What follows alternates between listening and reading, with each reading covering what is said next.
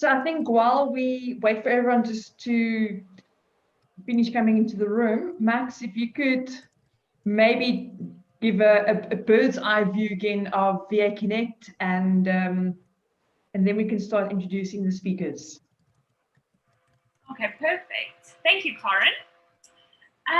So welcome everybody, and thank you so much for registering for our second webinar. The first one was such a success that we couldn't wait to jump on the bandwagon and get the second one rolling. And I'm very, very excited about this one. So, of course, I think most virtual assistants or people in the VA world, and maybe even now due to COVID, we are all hustling every single day. So overnight, our world's changed. And that's something in the virtual world we're actually quite familiar with. And it's something that we do every day. Like I said, we hustle, we juggle, we run like headless chickens, and we try our best to solve as many problems as we can for our clients. And that is what vaconnect is all about. So I think most of you know we are a virtual assistant managed agency. So we connect virtual assistants with business professionals, not only in South Africa, but internationally. We've worked really hard on our international footprint specifically because people love working with South Africans, and it's something that we've loved sharing with the world. Now, why do people love working with us? Because firstly, we speak English, and what's quite funny is that our accents are so recognizable. So we, as soon as you jump on a call, people know exactly where you're from, and they know that we're passionate, we're driven, we love working hard, and we love playing hard as well. So, and that's kind of the culture that we bring into vaconnect. And, we love to work on our business, and we love working on people. And that's one of our main purposes with vaconnect, is to work with people, work with VAs, and of course, find them jobs and get everyone working together and hustling. And that's why we kind of led to today, is hustling and, working through. And that's why we found two amazing entrepreneurs and businesswomen that Karen and I both look up to and have admired from afar, or very close up, as in Erin's case. But it's been fantastic watching these women build their businesses and grow. And that's something that I really wanted to share with each and every one of you, is to show you that you're not alone. You've got this whole community of people that are wanting to grow their business, work for themselves. One of the primary things that someone always says to me when I ask them, why do you want to be a VA, is they say, for the flexibility. And it is great, that's one way, but one thing that I think lies in all of us is we love to support people and support others and help them be the best they possibly can, whether it's on a personal level or a professional level. And for this reason, that's why we're all here and we're sitting in this room, because we want to hear, how do you do it? How do we get there? And one of the things I always think of is, especially when I look at these women, is how do you do it all?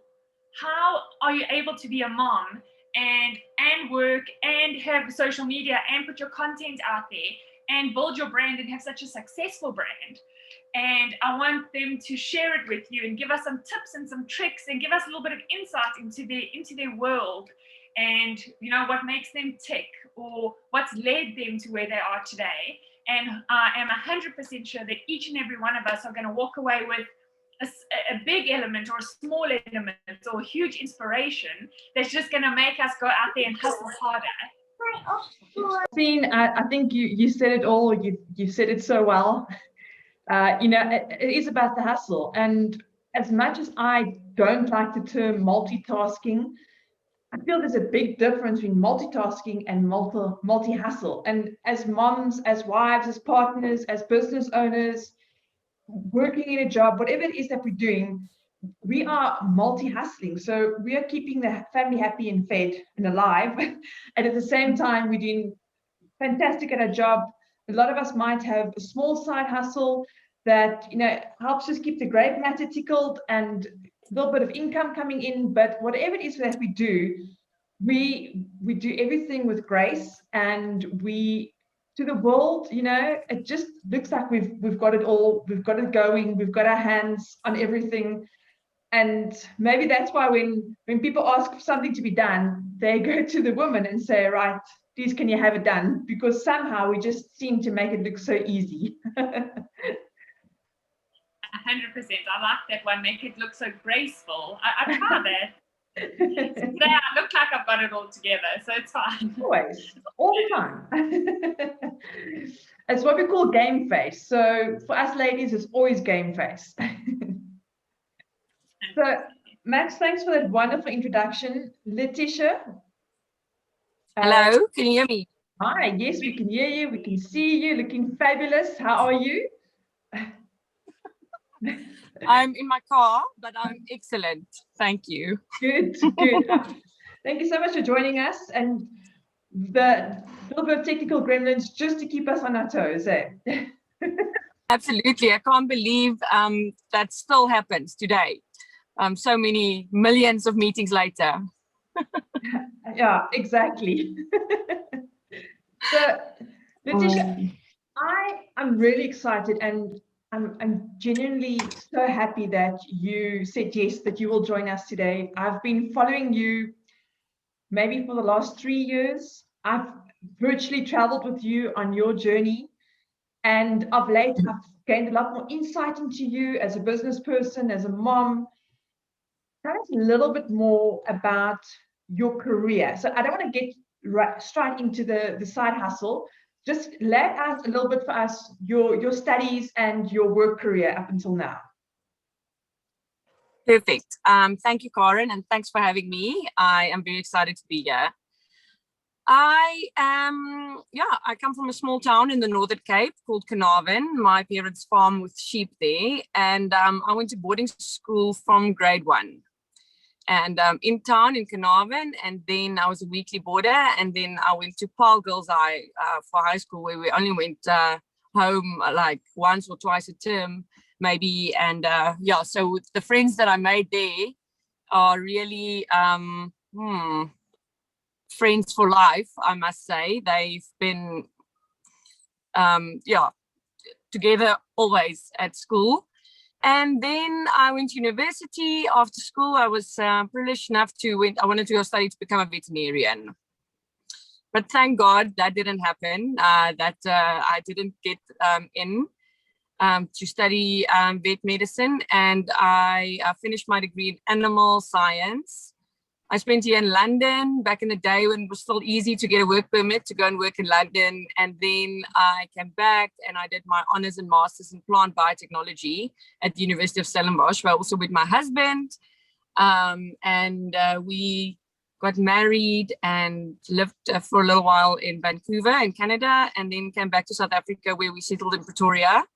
Fast forward 10 years, 3 kids later, I got a job in sales at a diagnostic company, and then from there got another job in sales at a pharmaceutical company, and did a course at Vega, which I loved, in brand and marketing, and got a marketing job at the company. And I've been working at an animal health company for the last 8 years doing corporate marketing.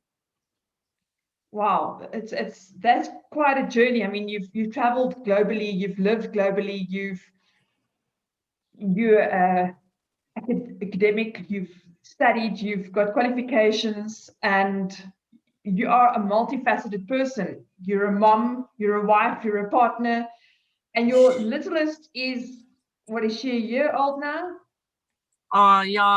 Rachel is 10 months old. Yeah. And so, ladies, we're looking at someone who still has broken sleep, I'm sure. It's going to go absolutely a day job and really succeed there. And then after hours, it's the hustle. So I love your brand that you built, your side hustle, and take us a little bit through that journey, why you started the business, what it is, and, what it's like to have that as a side business. And for me, it looks like a full-time business, never mind being a mom and everything else. thank goodness for social media. It could change your life from the outside. Yeah, my side hustle, Stone Camp Leather. I started it when I was on maternity leave with my oldest, Robert. He is turning 7 in December, so the business is almost 7 years old. You know, as with all businesses, I saw a gap. I thought, you know, I can't find a proper good quality leather handbag that doesn't cost the earth.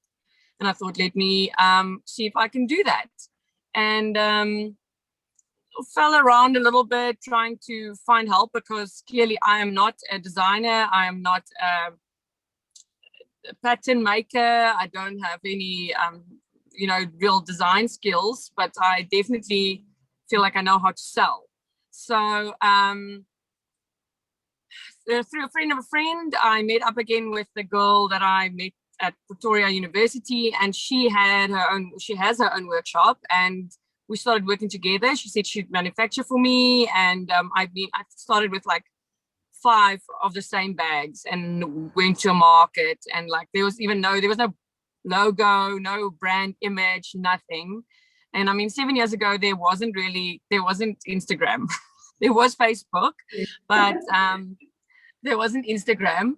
And yeah, just literally really a lot of sweats and tears built this brand to where we are today. And I say we, but I'm the sole owner of the business, and I prefer it like that, because, you know, sometimes I say no and sometimes I say yes, and I don't have to discuss it with anybody. But yeah, 7 years on, and we are growing steadily. Absolutely. I've watched you on Instagram mostly. I've watched the brand grow. I've seen how the product has developed and evolved over time. And I think to date, you've got the most beautiful handbags, and the quality and the design, it just seems to have really just evolved so nicely over time. Thank you. I must say, you know, it must be practical, because I want to use it every day. And as you know, I've got 3 kids, so I've got 0 hands. So I need to, it must be practical for my day job and, you know, for my home life afterwards. But I must say, I wouldn't have the bags and the way that they've evolved. It wouldn't be possible without Babette. She manages and she owns a workshop called Perry Hendrick. And she's really helped me to shape it into something really unique, and also that keeps true to a certain image, where I could sometimes say, let's try this, and she'd be like, no, this is your look and feel. She doesn't think that would work. So I feel like not a moral compass, but a design compass that has helped me to keep it looking a certain way that is truly unique. And when you see somebody with a Stone Camp bag, you will immediately know it is from Stone Camp. Yeah, absolutely. Yes, it's your flavor, it's your design. There's a Letitia feel to the whole thing, and it's nice that you have almost like a coach of sorts, just to help keep you on the straight and narrow and true to your own vision. Absolutely. I think she has done that very, very well. And yeah, I always say I wish I could be wearing sequins all day long every day. And so that's what I would wear in the bag if I can't wear it on my clothes. So that is really, truly, I feel unique from me. Yeah. Absolutely. And I get that sense from you, you know, through your social media, your branding, your beautiful photography. We get a sense of you through the design. So, Letitia, I want you now to share your dirty secret with us. How do you do it all? How do you do all of these things and keep sane and spend time for yourself and hubby and how do you do it? Yeah, I think I don't waste 1 minute. Honestly, there's no time that I do nothing. When it is with the kids, I'm with the kids. When it is with my husband, I'm with my husband. You know, there's no binge watching of anything in my life. But to be, you know, really honestly serious, I outsource a lot of stuff. I outsource everything except for basically my social media and my marketing. So, as I say, the bags are made by a workshop that I don't have to run, and that's her workshop and her laborers. So that's all, I just pay the bill. My software management is, I've got a guy that I can WhatsApp anytime, day or night, and he helps me with my website, which is all integrated with my courier company. So everything is completely integrated. When you click a button, the courier is booked, everything is done. Obviously at home, I have a wonderful nanny and our gardener, which is like, I joke and say my other husband, which helps with the kids, and they are just as invested in their happiness as obviously as their parents. And maybe this is to justify it, but I feel like the more people that has an influence on your children's life, the better human beings they can be. Obviously people that you approve, but because I don't always have all the patience, and nor does their father, and but then the nanny can come and help, and that the whole support structure is crucial to me. Also, my photographer Letitia, I really have got a great relationship with her, another small business owner, and but I am so passionate about social media, the fact that it can make it so easy to connect with people that you've never met, and you can build a relationship with them. And that is something that it's scary in a way, but I feel like with my platforms that I've built, anything is possible for the brand. So it's just basically don't waste no waste of any minutes and outsource. You're speaking straight to my heart. Outsource, that's something that we do. We run an outsource company, so I get that absolutely. And getting people involved, your support structure is so important to your success. So if you had to say to anyone starting out on this journey, what are the couple of key ingredients that would help them, you spoke about outsourcing and streamlining things, but if you had to look back and say to yourself 7 years ago, or to someone starting out now, what are the few key ingredients that are really important to make this successful? I think to make Stonecamp successful, really grow it, I'd have to quit my day job. But to make my multi-hustle more successful, because everything is, and, to be honest, maybe everything is contained. If I want to be more than a corporate marketer, if I want to become the business unit lead at my company or more, I probably have to put Stonecamp Leather on a back burner somewhere. Or if I want to really decide Stonecamp Leather is going to be the future and everything that I do, then I would have to quit my corporate day job. But I love my job, and it's, we sell medicine to better animals' lives. So I sell veterinary medicine to vets, and to cats and dogs. And cats and dogs, they love you unconditionally. It's like, I can't, the passion that the people have that I work with is, for me, inspiring daily. And, there is a true reason why we go to work. It's to better lives of animals. So it's so, I think to be really successful in a multi-hustle is to really think differently and grab every opportunity. There's no, when somebody calls me and say, hi, I want to collaborate, something, I'm like, sure, let's do it. I almost never say no to a novel opportunity to grow or learn. And I can also say that in my day job, it's an innovative company, and they are also willing to try novel ideas and new things. And I think if that wasn't the case, because the corporate environment can be very limiting, it would have been very hard for me. But both of them, I don't say no to new ideas. I don't, obviously, as you mentioned, support, and as I said already, support, but hard work. I think the startup of my business was, and I know it sounds so silly saying hard work, but really the first year I worked Saturdays and Sundays. I worked non-stop the whole time. So it is not easy to do that, and to build two business, or to build two careers, basically, you can say. No, look, it's not easy, but you speak like a true entrepreneur. You speak like a true salesperson. You know, you grab opportunities by the hand and you just run with it. And because you approach it with such a positive mindset, 9 times out of 10 it's going to work out. And the times that it doesn't, it's a lesson, nothing else. So, and I admire that about you. Tell us something about Letitia that your hardcore followers don't know. So, I mean, there's a lot of people in the room that are meeting you for the first time, but there's a few people who, you know, we have been following you for quite a long time. What is something about you that we don't know? Sure, I share almost everything I do on social media to keep it going, but I paddle, I do canoeing with my husband, so we do quite extreme, I would call it almost an extreme sport, because very few people really do canoeing. And we came second in the SA Marathon Championships a few years ago, mixed doubles. Wow. That's something that you don't know about me. I love Afrikaans music, but I think some people know that already. Yeah, there's nothing that gets me out of a bad space than a good old Afrikaans sokkie song. Love it. Love it. You know, you are an absolute ball of energy, and I feel like for you, the sky is the limit.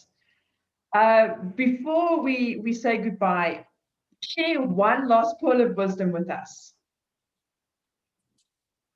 Definitely, a multi-hustle does not mean that you can that you should multitask. Multitasking is not a word in my vocabulary. I believe that when I'm doing one thing, I'm doing that thing to the best of my possibilities, you know. Yeah, focusing on the thing at hand. That is really what has made this, kept my family together and kept my, you know, my family together and kept my businesses running, you know, separately, is to be focused in that moment. So no multitasking, that's a myth. And then the other thing is really to manage expectations, because I must make sure that my kids, you know, they know what's happening. I know they are still small, but if I feel like if I tell the whole, you know, everybody as I go through the day, what's happening next, how we're going to do that, what is, you know, the plan of the day and the week, then everybody's expectations are managed, and there's no disappointment really, because you knew that I was not going to be there, or you knew that we're going to come late, or we're going to be early, or I'm going to be not here the whole day, or you know. So, and also for my husband, like, there's things that are important to him in life, in our relationship, and for us both, luckily, it's quality time. That is our love languages. So we really make sure that that is something that we focus on heavily. I must know what is important to him, and if I see at all that there's something amiss, I need to know immediately, how can we fix it now? There's nothing that must wait and fester. Like, also with customer service, I think there's 3 things. Don't multitask, manage your expectations, and your customer service is everything in a small business. Do not let people wait. Like, reply as soon as possible when you can. Yeah, those 2 things, I think, if you can manage that, you can manage a multi-hustle. Letitia, you know, words to live by. Absolutely. I love that you live with intention. I love that you make space and time for everything in your life, because it all serves a purpose, and you know exactly what your why is. So you know why you're building this, you know why you're doing this, you know who's important to you in your life, and you make time for them, for yourself. And I love that your positive mindset. I love that you're a ball of energy. So thank you so much for joining us. If we want to get hold of you or your beautiful leather handbags, where do we find you? You can find me on Instagram. I've got Letitia Fly, my personal page, and then my Stone Camp Leather page. Also on Facebook. I'm not on Twitter. Yeah, that's it. Facebook, Instagram, on my phone. You can find me on my website. You can WhatsApp me directly. My customer service is great. You should give it a try. I can absolutely believe it. Letitia, again, thank you so much for joining us. I really appreciate you carving time out of your day for us, and we're going to watch you grow from strength to strength. Thank you, Karen. Thanks. I appreciate. Thanks. Bye, Letitia. Bye. Max, over to you. Thanks, Karen, and thanks, Letitia. It was great listening to you. And wow, you've really. I am a fan of multitasking, but then I get you. You're only doing maybe 50%, 60% of what you actually want to set out to do. So maybe that's something I can definitely take out of this, is to stop multitasking and focus on one thing at a time. So thank you very much for that. Now, next, I'd like to introduce Erin Smiley. I met Erin 4 years ago, and I've honestly been in awe of this lady. She is so inspirational. She's a mom of 2. She has, I think, over the past 4 years been involved in, I would say, 10 companies. But I'm going to let her talk to you about it and give us a bit of an overview of what she's currently doing. And I just get absolutely excited, and I'm so excited that she's here today to chat to us. So, Erin, say hi and tell us a little bit about yourself. Hi. Well, thank you. We are moving, so I've got a makeshift studio in my daughter's bedroom right now. So well, thanks for that. I'm Erin, and I'm a self-titled personal brand stylist. And a lot of people ask me, what is that?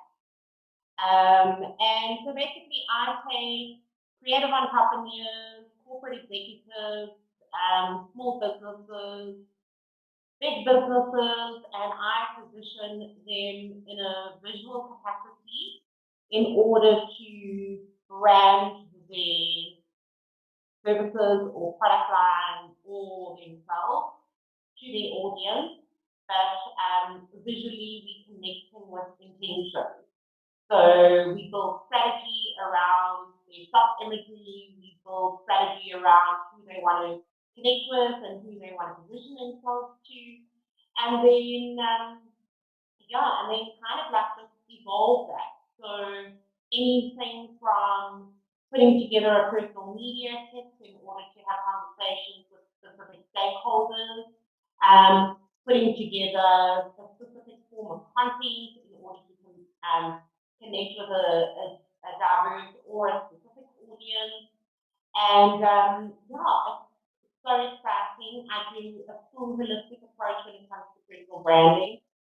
So from hair, makeup, your clothing, so your identity, and how we position you within your visuals, connecting your photographer, source locations, and then how we're going to use everything. So it's quite a lot, but it's something that is very untouched currently in South Africa, especially. I know there's a couple of personal brand stylists in Australia that I also follow. That it's kind of connecting those worlds of marketing, branding, image styling, presentation, and kind of merging it all together in order to position an individual and their brand. So that's what I do. You say it in just one sentence, that's what I do, but it's actually, and in between that, you're a mom, you're a wife, you've been moving, that I feel should be a profession on its own. And that's why I think some people are paid to move other people. Definitely take my hat off to you. But I love that you touched on branding, and specifically makeup, hair, clothing. And I think one of the main things that a lot of people battle with when looking at your branding is color and choosing color and what works for you. What would you kind of recommend, or what is your golden piece of advice when it comes to selecting colors that you associate yourself with? So for me, it's really about how I want to connect my brand visually. That's the bottom line. And also what makes me happy and what I identify with. And like when I style a client and we do full brand development from scratch, I kind of do a personal brand audit basically, and we kind of sum them up as an individual and have a look and see what makes them happy. Because I just feel your brand should resonate who you are, and your brand should have the legs to evolve. So don't tie yourself into a trend. Tie yourself into an identity that can evolve and that can position itself as you change. Because the reality is you're not going to be the same person today that you were 10 years ago. I know I'm not. I can quite easily say no to somebody now and have no issues about it because I've got such a strong identity of who I am and how I want to connect my brand and who I want to position and platform my brand with, that and that kind of stems down to having a real understanding of who you are as an individual and where you want to be. So that's kind of like how I would say anything you position and do with your branding needs to be synonymous to you as an individual. No, definitely, and that's so interesting. And it's so important how your brand identity and your brand image and who you are and a good understanding of who you are resonates with your business. Because otherwise, I assume you're going to have this huge disconnect between what you're doing and what you're providing. So I think it just allows you to communicate easier. Because why are you trying to position yourself as somebody that you're not? I mean, at the end of the day, the only way you can sell your brand and sell yourself is if you believe in what you're doing and believing in what you're actually portraying. So I always say I like that, fake it till you make it true, but never fake who you are. Because in the end of the day, people will pick up on that and they won't be able to connect with you. no, that's very, very interesting. Very true. So going back to your career, which I find absolutely fascinating, and this bold, beautiful woman sitting in front of me, tell me, what is the one thing that you wish that you had known before you began your career? That I didn't have to do everything on my own. I think entrepreneurship is so lonely. And a lot of people come into entrepreneurship with this idea that I have to solopreneur the whole time. And it's not. And I love what Letitia said, because at the end of the day, you have to outsource. And I've learned that the long, hard way. But also just being true to who you are and taking ownership of who you are and where you want your business and your brand to be. I think the young me, I mean, I'm 37 this year. Like 10 years ago, I would have I love the word, it's exposure. No, now it's time and it's money and it's an understanding that you are worth time and you can build for your time. And I think everybody doesn't know when to start billing. The one thing I did very early on though is I charged my fringe. Because at the end of the day, when do you start billing? That, a freebie, eventually a year later you haven't made any money. Because, sorry, I've got a signal. All good.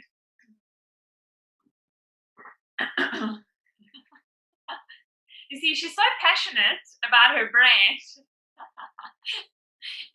and about identity. It's really, and it's exactly like what Erin was saying, is outsourcing collaboration. I find a lot of people are so scared to be able to say, let's collaborate, let's do things together, because you want to make it on your own. Especially as an entrepreneur, you want to be able to say, I did that. It was me, it was Maxine, it was nobody else. But in fact, I could have been doing myself a huge disservice, because if I had rather looked at collaborating with an Erin or with a Karen or a Letitia or anyone sitting in this group, my brand could have, gone forward way more quicker than what I could have gotten it to. So instead of 2 years, I could have done it in 1 year. So one thing I also would love to share with all of you is don't be scared to collaborate and say, you know what, I'm not actually 100% great at finance, or I'm not 100% great at design. So I'm going to bring someone in to help me with that. And I think, and especially with, I'm going to go back to Erin now with regards to pricing, and actually know, exactly like Erin said, know your worth and know what you should be paid for. But then also, how do you actually work that out? I think that's so hard, and it's, I think that's so hard, and that's just kind of like work from a base, and then you work your way back. And you see what you're comfortable with, kind of look at the area, look at the industry, and ensure that you're not overpricing yourself, but you also don't want to underprice yourself. Because by underpricing yourself, you're actually doing a disservice to the industry you're in. Because you're pricing yourself out of your industry. So you're giving yourself the ability to not move and grow financially in your business and your industry, and you don't want to do that. So I always say to people, I'm going to upskill makeup artists or mentor. I kind of go have a look at your industry, have a look at your current billing situation.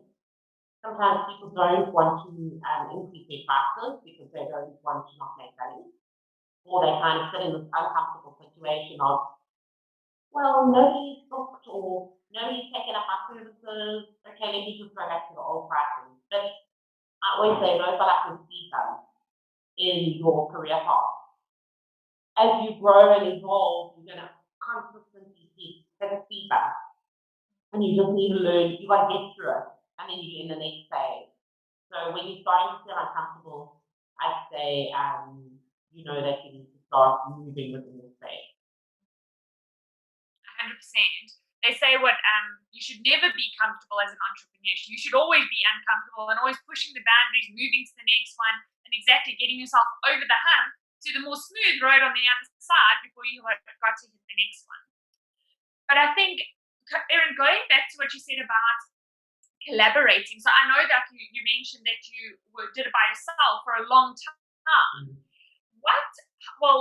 How did you go about finding someone to work with, to collaborate with, to trust? I think that's one of the biggest problems, is finding someone that you can trust and say, okay, well, I'll let go some of the reins, but know that they're going to actually then pull a tighter on their side. It's always so hard. I think when you're in a space where you're creating your own personal journey, in my case, I am my brand. So to bring somebody else into my brand is very difficult for me, because I connect with individuals based on who I am, and I have a network because of who I am. It's not an ego thing or anything like that, but the reality is that's what draws people in, and that's what keeps people coming back. Bringing somebody into your business is really hard, because the reality is you open up shop, and I use that phrase a lot. How much are you willing to open up, and how much are you willing to let somebody in? And because will you be building somebody else's brand through yours, or will they be in a position where they consistently support you? So currently, Erin Smiley brand runs as a silo, but I'm a director in a holding company. And what we decided to do was bring under the holding company is 3 directors, but we all have different skill sets. Nobody is stepping on each other's toes. And what I do well. What they do well. But there's a level of respect, and we're all bringing in a variety of different brands. So my skill set is branding, design, social media, content curation, brand strategy, brand development, proposals. But my other business partner, hers is distribution, packaging, network development. So what I'm saying is align yourself with somebody that's going to support you in an area that you're not necessarily strong at, and you're going to support them. Sorry, I've got this tickle. You're going to support them in their journey. Because in that way, there's no conflict of interest. You're not building somebody else to replace you, and you're not aligning yourself with somebody else in order to replace them. And that's where the support network comes in. I feel you will know when the right person comes your way. There'll be the sense of like you've known each other for years. There's a sense of camaraderie and a support network that you just don't necessarily have on your own. I know in the last year, my business has grown exponentially by having a support network in my directors, because for the first time I can actually focus on what I'm really good at and where I really want to build the business and the brand, and that for me is the most important thing. I don't need to be anything. Yeah, and I think it can also be quite exhausting, especially with being a mom, being a wife. How do you? I mean, you talk about what you're currently doing is so multifaceted, and being a director, having your own silo, your own Erin Smiley brand. How do you juggle it all? How do you make it all work? I'm busy all day, basically. You know what? And I don't keep me up, but I really hate the word hustle. For me, it's a journey for me. Like, I've created opportunities and I've acted on opportunities. I've got an incredible husband, and honestly, he basically runs our family. He runs our household. He, takes my girls to school. He fixes them. He cooks dinner every night. And I'm not saying, oh my word, everyone needs one of those, but that's what works for our family. I'm in a position where what I'm doing is where I'm supposed to be. And I know that is for the future and the longevity of our family. So I've got an incredible support system at home. I've also got two amazing sisters that help me with my girls and their husbands. And so there's this real dynamic around I can do what I do because I know there's certain things at home that I don't have to do. And also, the reality is your business changes and your brand changes and you change and evolve. So, you might have a whole lot of stuff on your plate, but it needs to be stuff that makes you happy. And you need to be able to see that you're going to get to the end of the tunnel. And when you get to the end of the tunnel, you're going to get through to a new journey. And I always love those forks in the road, because those are like your key elements where you go, do I continue doing what I'm doing, or do I take the risk and I channel in a different way? Or am I changed so significantly right now that I need to deviate? So there's always that. So yeah. You take it as a Well, that's a great analogy that you sent there about the fork in the road.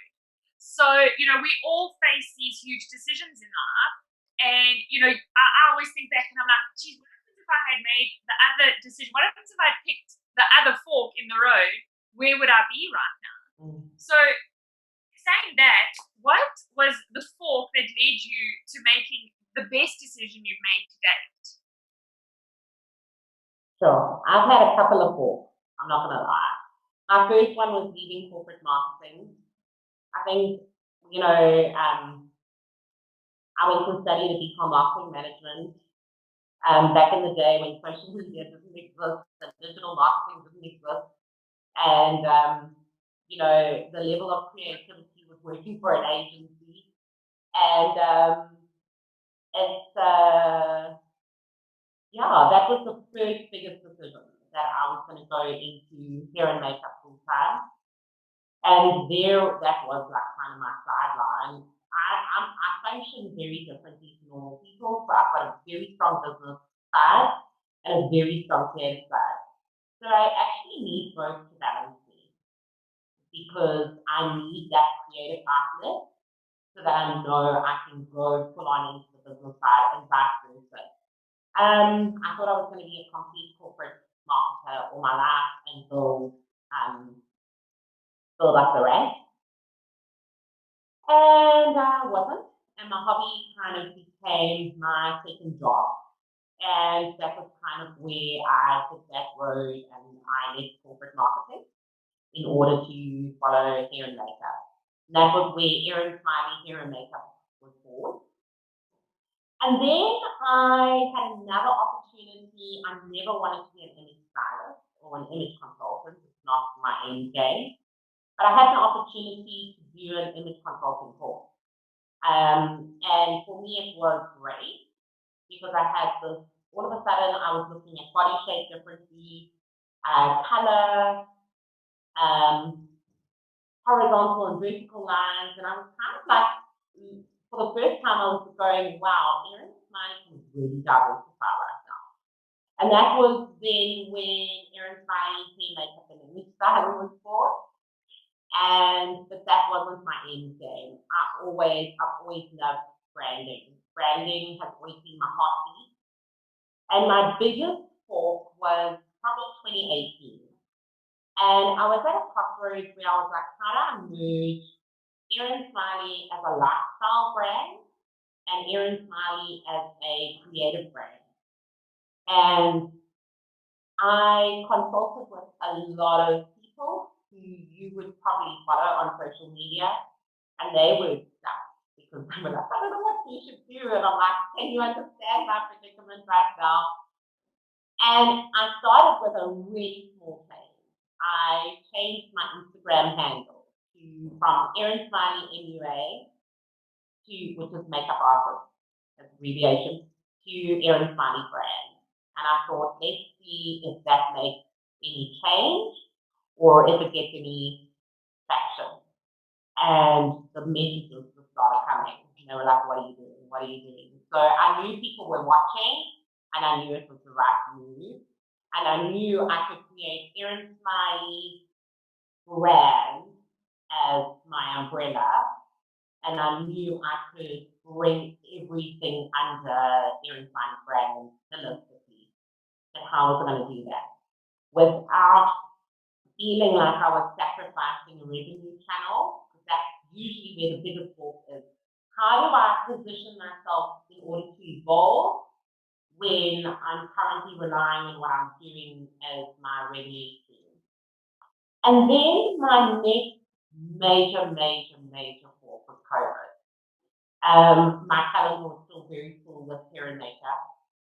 And obviously my entire calendar just dissipated within a week. And all of a sudden I had no commitment for the rest of the year. And I was like, now's the time. And I kicked into this year, and that was also where I met my business partner. I was actually doing a personal branding journey for her. And our paths aligned and our strengths aligned. And I was in a position now where the strategic side of Erin Smiley to come out. And I opened up to a network I would never have dreamed of, and was able to start positioning the brand facing side of the business. and basically taking that on within her business as well as my own. And so that was probably my most successful talk. But what I want to really emphasize is the only way that would have been successful is if I had the headspace to pivot my deck.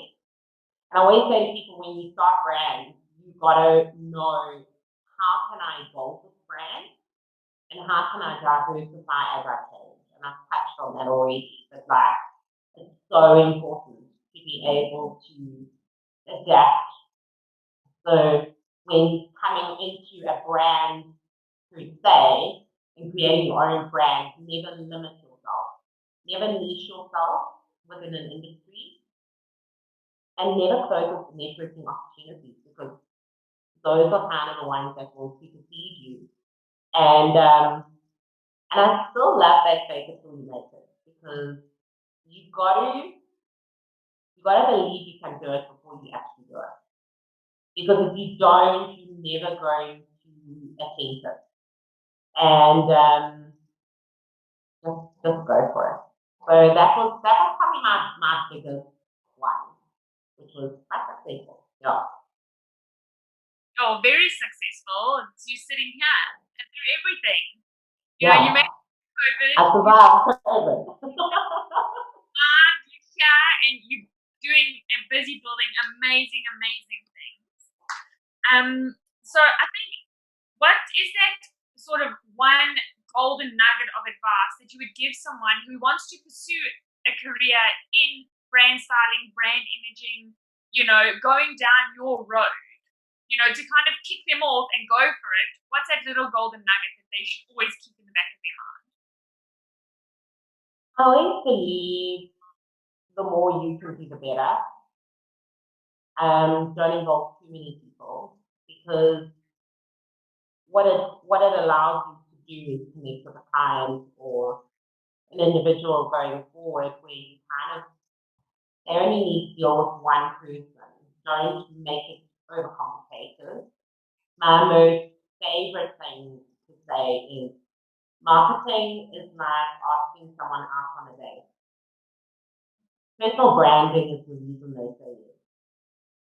And it's really, you've got to remember that. You can market the mini out your business.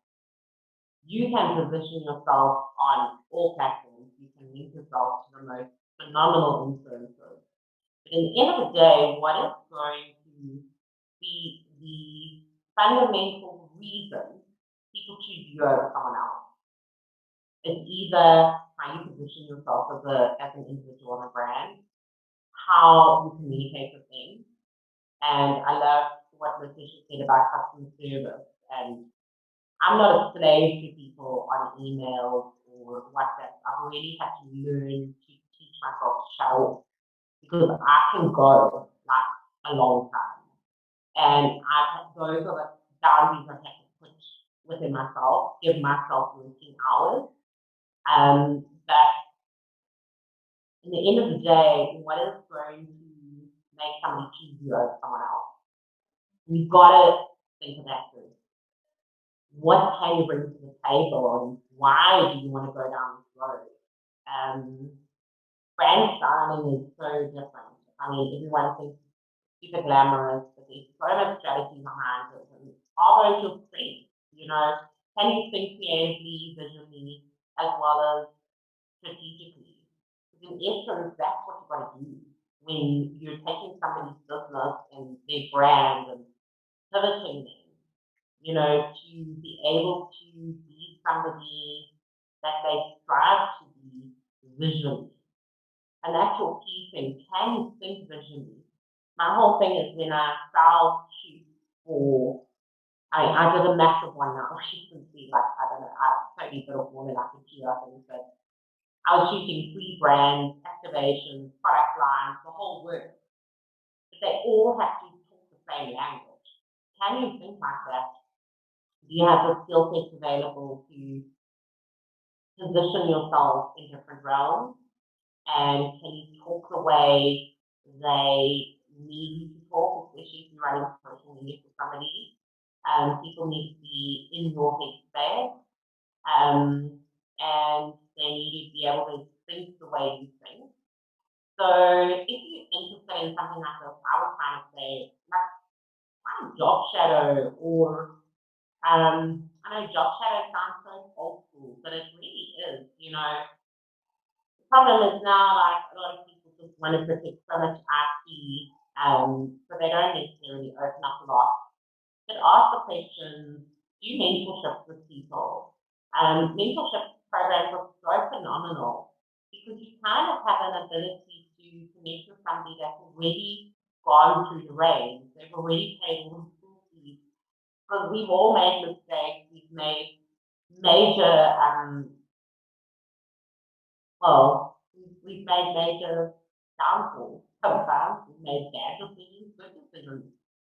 But definitely learn from somebody that's gone down that road. And yeah, if it's something you want to pursue, in what way are you going to pursue it? I think that's the biggest thing that you need to ask yourself. Yeah, I think it comes down to exactly what you said, is knowing who you are, and what your strengths are. Leverage of that. Okay, so if you could have a billboard with anything on it, what would it be and why? Well, I said it. Marketing is like asking somebody out on a date, and your personal branding is the reason they say yes. Honestly, that's it. I love that. Well, I will say yes to your personal brand every day. And I'm sure everyone agrees with me. Thanks. So, Erin, before we close off, I wanted to ask you two things. So, what should be our listeners' number one takeaway from this session, and where can our listeners connect with you online? So my biggest thing that I really want to challenge you to take away today is that you are your own brand. Never think of yourself as just Erin. You need to believe that you are Erin Smiley, and talk about who you are to people, and never undermine what you do, or downplay what you do. Your biggest crack is understanding and believing that you are your own personal brand, and how important that is. The connections you make, the way you talk, the way you communicate to others, visually, verbally, written, they all need to have this link back to who you are. There's certain brands that I won't collaborate because it doesn't align with my strategy and with where I want to build the business. I've said no to a lot of campaigns because it doesn't fit my business ethos. And that's okay. You don't need to be a slave to the world in order to make it. Make yourself more desirable by saying no, because people want to know why you said no. You know, and having that challenging way of positioning yourself with people. No was probably the biggest word I had to learn to say, because it's not that I'm a people pleaser, but I don't want to disappoint people, and I don't necessarily enjoy conflict.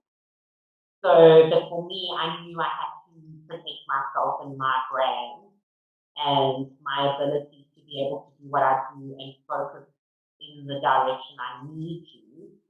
And by doing that, learning to say no. And then you can connect with me through my website, which is Erin Smiley, .co.za. My Instagram is Erin Smiley Brand. My Facebook is Erin Smiley Brand. So just if you type in Erin Smiley, you'll find me. There's not very many of me around, that's for sure. Yeah, no, we'll definitely see you. You'll see that big, bold smile. Everything about you is just amazing. And just, thank you. I just want to take the opportunity to say congratulations and well done. You've really, you've built yourself up from the ground, and you've really been through the trenches and dug your way out of the dirt, and You're doing such a spectacular job, and I know that everyone, you have to go and follow Erin. Her stories are amazing, and she's authentic, and she just shares everything about her life and what she's doing, and it's so exciting. And we wish you all the best, and can't wait to see you grow even more and grow stronger. Well, thanks for having me. It's been great chatting. I love talking. So, yeah, if you want to, that's the one thing about social media, and I think Letitia, she just said it so perfectly. I've got everything there, so you might as well just look. I've honestly got nothing to hide, and I think for us, showing up on social media for us is kind of like keeping it real, because you'll see me with makeup, without makeup, you'll see me on the hard days and the good days. But that's another thing. Just show up how you feel you want to be seen. So your first impressions are really the most important ones. Those are the ones that people will either remember for a lifetime or remember because they don't want to deal with you. So be mindful of that as well. Yeah. Thank you. They'll remember you while they didn't want to be. Yeah. Because I remember some people that I don't want to work with that long. That's brilliant. Thank you, Erin. Thank you so much. And thank you everyone for joining us. We're definitely going to share on all our social media platforms, and we'll share Erin's handles and Letitia's handles. And we look forward to the next webinar with all of you. Awesome. Thanks, everyone. Great. Thank you.